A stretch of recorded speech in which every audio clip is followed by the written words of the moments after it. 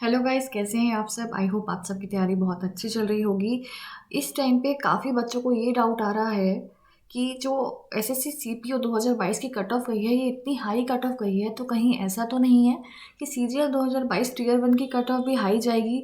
तो हो सकता है कि हमारा सिलेक्शन ना हो। कई बच्चों का रॉ स्कोर थोड़ा कम रहा है, इस वजह से वो डाउट में आ गए हैं कि हमारा स्कोर कम है और कट ऑफ अगर सीजीएल की भी हाई गई तो हमारा सिलेक्शन नहीं होगा। ऐसे में हमें मेंस की तैयारी करना चाहिए या नहीं करनी चाहिए। तो ये जितने भी डाउट्स हैं आपके, सारे के सारे रिजॉल्व हो जाएंगे इस वीडियो के एंड तक ज़रूर बने रहना। सारे के सारे क्वेरीज आपकी रिजॉल्व हो जाएंगी इसमें। इस चैनल को अभी तक अगर सब्सक्राइब नहीं किया है तो अभी सब्सक्राइब कर लो, और ये जो बेल आइकन है इसको ज़रूर प्रेस कर लेना, ताकि जितनी भी इंपॉर्टेंट वीडियोस हैं सबके नोटिफिकेशन आप तक पहुंचते रहें। चाहे वो पढ़ाई की वीडियो हो गई या कोई अपडेट हो गया, सभी के नोटिफिकेशन आप तक टाइमली पहुंचते रहेंगे एंड आप अपडेटेड रहोगे। चलो अब एक एक चीज़ को हम डिस्कस करते हैं कि भाई क्या बात है। देखो, ये जो आपका सीपीओ का एग्ज़ाम हुआ था, ठीक है, इसका एग्ज़ाम हुआ था आपका 9 नवंबर से लेके 11 नवंबर तक। ठीक है, नवंबर में ही आपका एग्ज़ाम हुआ। अब सीजीएल का एग्ज़ाम कब हुआ? सीजीएल का आपका दिसंबर में हुआ, मतलब कि जस्ट एक महीने बाद आपका सीजीएल का एग्ज़ाम हो गया। अब ये बात देखो, जितने बच्चों ने सीजीएल का फॉर्म भरा था, मतलब जितने बच्चे तैयारी कर रहे थे सीजीएल के एग्ज़ाम के लिए, उन्होंने ऑब्वियस सी बात है कि भाई देखा कि भाई एक महीना पहले ही सीपीओ का एग्ज़ाम भी है, तो हम वो भी दे देते हैं। क्योंकि ये चीज़ आपको पता है कि एसएससी के जितने भी एग्ज़ाम्स होते हैं ऑलमोस्ट सिमिलर पैटर्न होता है, ऑलमोस्ट सिमिलर पैटर्न होता है सभी का, जैसे कि एमटीएस, सीएचएसएल, सीपीओ या सीजीएल, है ना, ऑलमोस्ट सिमिलर पैटर्न होता है। तो अगर आप एक एग्ज़ाम की तैयारी करते हो तो दूसरे एग्ज़ाम की तैयारी हो ही जाती है साथ में। तो अगर किसी ने सीजीएल के लिए तैयारी करी है तो उसने सोचा भाई सीपीओ भी हम दे ही देते हैं, ठीक है, तो वो बच्चे सीपीओ के लिए भी बैठ गए एग्ज़ाम में। ठीक है, अब क्या हुआ, इससे कंपटीशन बढ़ गया। भले ही वो चाहते थे सीपीओ, नहीं चाहते थे, पर वो एग्ज़ाम में बैठ गए। इस वजह से थोड़ा सा कट ऑफ इंक्रीज़ हो गई। अब हालांकि वो फाइनल स्टेज में काफ़ी बच्चे आउट हो जाएंगे। क्यों? क्योंकि यहाँ पे फिजिकल होता है, तो काफ़ी बच्चे फिजिकल टेस्ट जो होता है उसको क्वालिफाई नहीं कर पाएंगे, मे बी हाइट की वजह से या किसी और वजह से। तो इस वजह से काफ़ी बच्चे आउट हो जाएंगे, पर आपका कंपटीशन तो बढ़ गया ना। इस वजह से यहाँ पर कट ऑफ थोड़ी सी इस फैक्टर की वजह से भी इंक्रीज हुई है। एक और चीज़ है जिसकी वजह से कट ऑफ यहाँ इंक्रीज हुई है, उसको भी हम समझ लेते हैं। देखो, पहले तो हम देखते हैं कट ऑफ गई क्या है। यहाँ पर आप देख सकते हो, यहाँ पर ये नोटिस निकला था जिसमें कट ऑफ बताई गई थी। आपको पता है यहाँ पर फीमेल कैंडिडेट्स की अलग निकलती है एंड मेल कैंडिडेट्स की अलग निकलती है। हम यूआर की बात कर लेते हैं। फीमेल की गई है 126.29 एंड मेल्स की गई है 115.04। इतनी इतनी कट ऑफ गई है, ठीक है।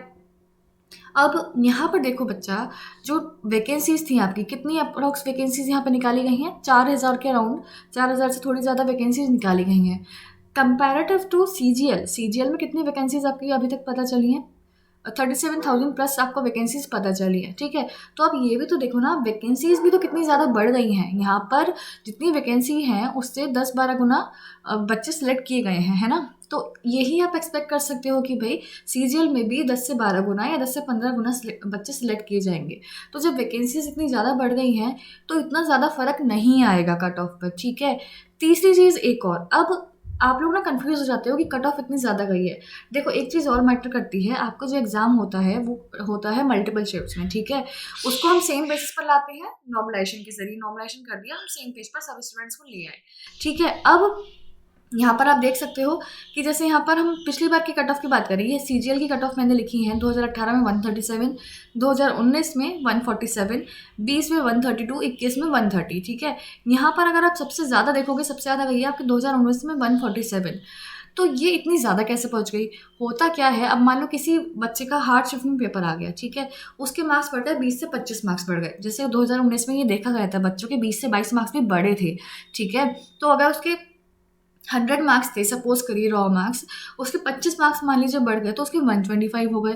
ऑन द अदर हैंड, जिसका पेपर इजी शिफ्ट में था, उसके 120 अगर नंबर थे, उसके मान लीजिए 4-5 नंबर बढ़े हैं, तो वो भी 125 पे पहुंच गया। तो होता क्या है, जब मार्क्स इंक्रीज हो जाते हैं ना नॉर्मलाइजेशन की वजह से इतने ज़्यादा, तो वो मार्क्स ऑटोमेटिकली आपके इंक्रीज हो जाते हैं। अब जब आपके मार्क्स इंक्रीज होकर 125 ही पहुंच गए हैं, तो ऐसे में कट ऑफ मान लो 122 जाती है, तो सिलेक्शन तो आपका तब भी हो गया ना।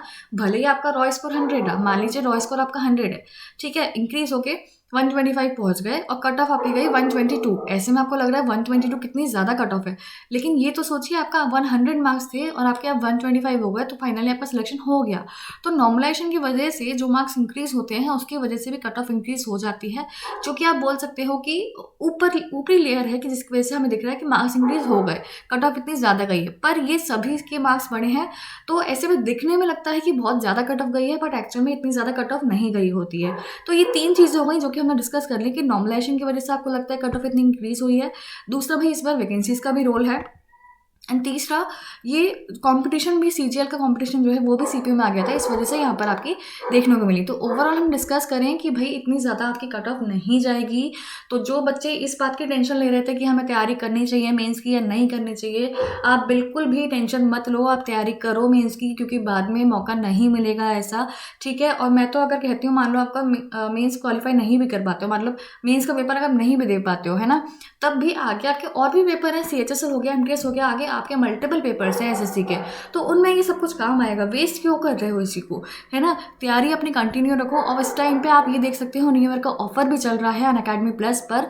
अनअकैडमी प्लस का आप सब्सक्रिप्शन लेते हो तो कोड यूज़ करना PMYT, इससे आपको मैक्सिमम डिस्काउंट मिल जाएगा। और यहाँ पर 23% ऑफ मिलेगा सभी एसएससी नॉन टेक सब्सक्रिप्शन पर। तो अभी देरी नहीं हुई है, अभी के अभी कोड लगाओ और अपना सब्सक्रिप्शन लो और अच्छे से तैयारी करो। बिल्कुल भी मिस नहीं करना है इस गोल्डन चांस को। मल्टीपल आपके बैचेस चल रहे हैं, जैसे कि लक्ष्य सीएचएसएल हो गया, टारगेट एमटीएस हो गया, ये बैचेस चल रहे हैं, सफलता बैच हो गया, जिसमें चाहो उसमें एनरोल कर सकते हो। यहाँ पर आपको नोट्स, पीडीएफ सब कुछ मिल जाएगा, मॉक टेस्ट वगैरह सब कुछ मिल जाएंगे, जिससे आप रैंक भी देख सकते हो यहाँ पर अपनी। और जो PMYT कोड है वो आपका हर कैटेगरी पर वैलिड है, चाहे वो UPSC, SSC, bank, railway, CDS, NDA, state PSC, UGC NET, IIT JEE, NEET, कोई सा भी एग्जाम हो गया।